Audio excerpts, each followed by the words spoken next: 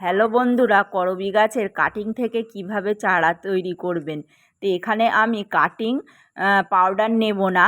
দেখুন, আমি একটা করবী গাছের ডাল নিয়েছি। তো আমরা 30 আকারে করবী গাছের ডালগুলো কেটে নেব। নেওয়ার পরে পাতাগুলো কিন্তু সম্পূর্ণভাবে কেটে দেব।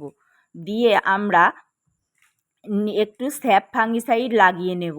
আর যেটা আমি কাটিং পাউডারের বদলে ব্যবহার করছি সেটি হচ্ছে অ্যালোভেরা জেল। তো আপনারা এই অ্যালোভেরা জেল দিয়ে করুন। আর এখানে আমি নিয়েছি বালি, তারপরে 3টে আমি ছিদ্র করে নিচ্ছি। নিয়ে আমি এখানে কিন্তু 2 আঙুল দিয়ে চেপে দেব হালকাভাবে। আপনারা এইভাবে বসিয়ে দিন, দেখবেন আপনাদেরও কিন্তু এই করবী গাছের কাটিং থেকে খুব সহজভাবে চারা তৈরি করতে পারবেন। আর এটি রেখে দেবেন ছায়াযুক্ত জায়গায়, যেখানে আলো বাতাস আসে। তারপর 1 সপ্তাহ পরে আপনারা ফুল সানলাইটে বার করে দেবেন।